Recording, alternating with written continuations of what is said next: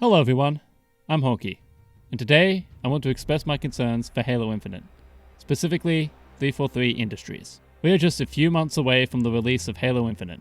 Although we have received little teasers of information throughout the past couple of months, as well as a bunch of campaign gameplay footage, I still believe we need to be skeptical with such little information provided and hold the current developers of the series accountable for their mistakes. Come with me as I make the case that 343 needs to earn the trust and respect of the community back before we can allow Halo Infinite to succeed.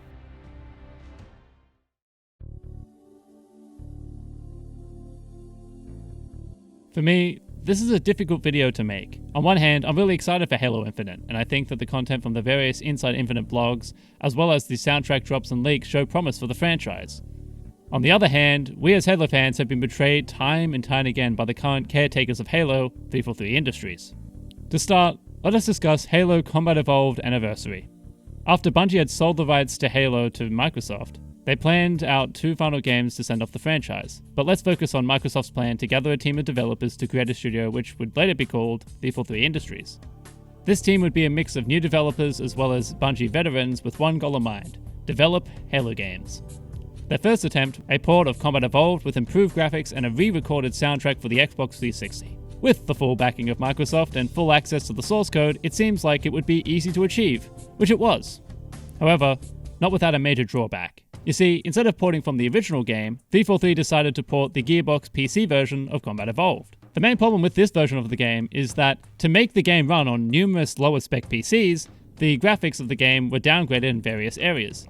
This also meant that 343 used the graphics from this version as the template for Anniversary, which means the currently supported version of Combat Evolved is missing various graphical enhancements from the original release.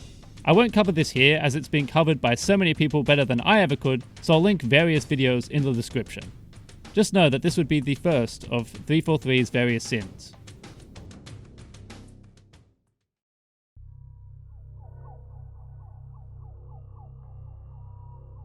Before Bungie stepped away from Microsoft to pursue developing a new IP, they had 2 final send-offs in the form of Halo 3 ODST and Halo Reach. These games took the focus away from the Master Chief and instead focused on exploring events that surround the original trilogy, which honestly was a fantastic decision.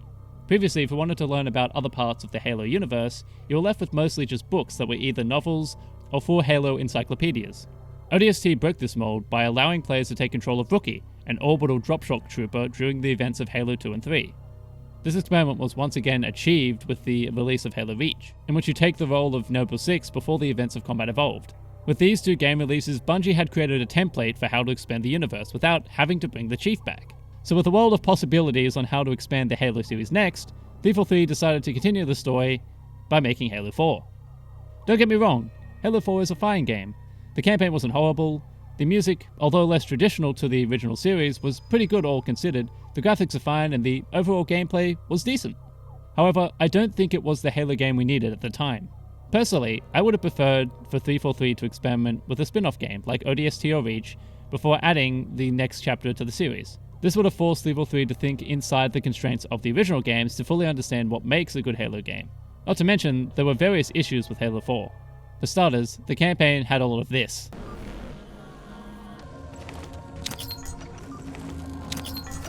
Which was very odd and didn't fit the traditional gameplay of Halo, which was primarily shooting and some driving sections. Wow, it actually sounds really weird trying to explain Halo that way. Also, I don't really like how they intentionally added more lines to the Chief to add more motion to the story or whatever. The Chief in the original trilogy was a symbol of hope everywhere he arrived. A stoic individual that the player could take the role of and feel like that they are taking the actions that the Chief took. With these extra lines of dialogue, I argue that 343 took away the powerful storytelling and relatability that the original games had. Another major problem was the multiplayer. I don't actually hate the multiplayer and enjoy it from time to time, but I find that instead of setting trends like other games did, it basically took ideas from popular games at the time, such as Call of Duty. Overall, not a bad game, but not as bad as what was to come. That is every map ever released on Halo 1 through 4, all running on their original engines, all running at 1080p, 60 frames per second, on dedicated servers.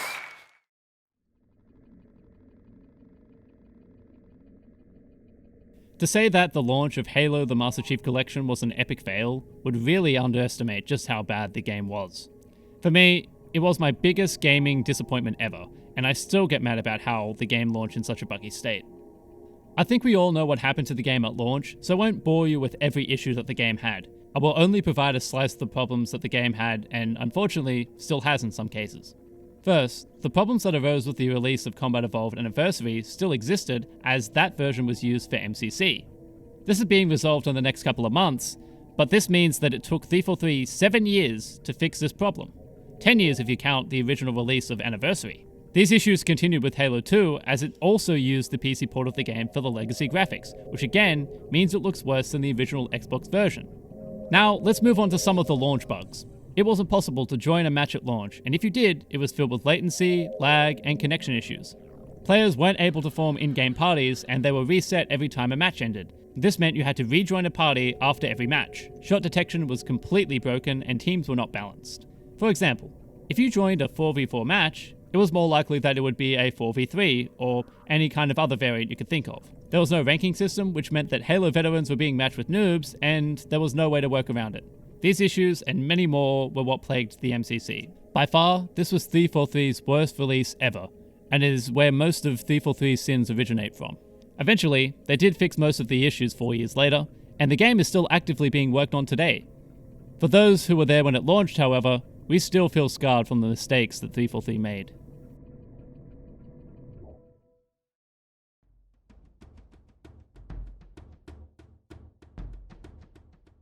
Before we get on to Halo 5 as a game, I need to discuss the build-up and marketing before release. Around the time of Halo 5's release, Xbox started a marketing campaign known as Hunt the Truth.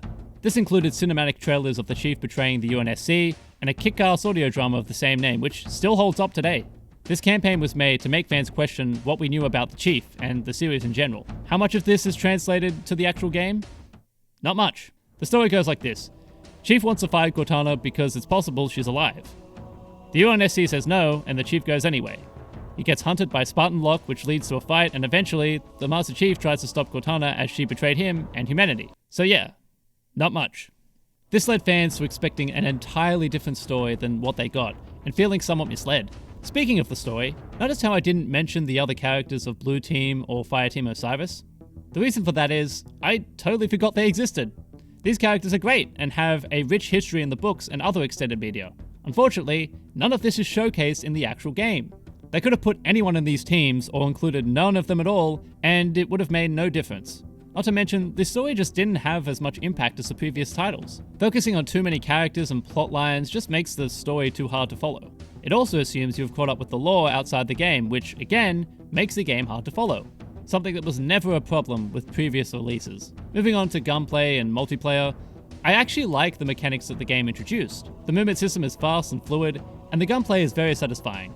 My only problem is that the gameplay differs so much from the original games that it might as well be called Guardians, and be developed by the latest new indie developer 343 Industries. It lacks the core of what made Halo great in the first place, and as a consequence, blends in with the crowd. In addition, there's no local split screen, which has been a staple feature since Halo CE.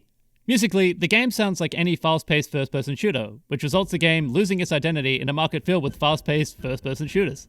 This game also introduced the launch of the Customs browser, which lets anyone host a lobby of custom games where anyone can join.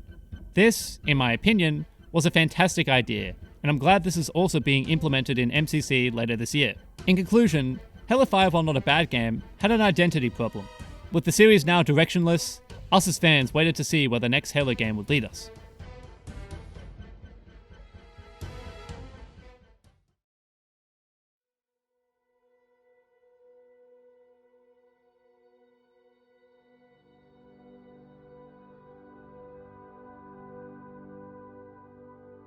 Halo Infinite, in its current state, shows promise. Thief 3 have proven with various trailers that they understand the foundation of what makes a great Halo story. Hope. Everything from the music, to the cutscenes, and even the marketing material we have seen so far echoes a message of hope. Not just for the world inside Halo Infinite, but for the franchise overall. I have been reading over Inside Infinite blog posts and watching out for any footage that comes out with a skeptical eye. I'm slowly becoming more open to this game as time goes on. However, with such limited gameplay and not having played the game myself, I still don't have all the answers to all my questions, and I still don't know if the game will be any good. Let us not forget that 343's history is laced with promises that are like bread crusts. Easily made, easily broken. At this point, 343 still haven't made up for their troubled history, and with the Xbox E3 presentation tomorrow, I wait and hope that my concerns will be put to rest while the thoughts of 343's mistakes linger in my mind. Until next time, this is Hawkeye. Take it easy.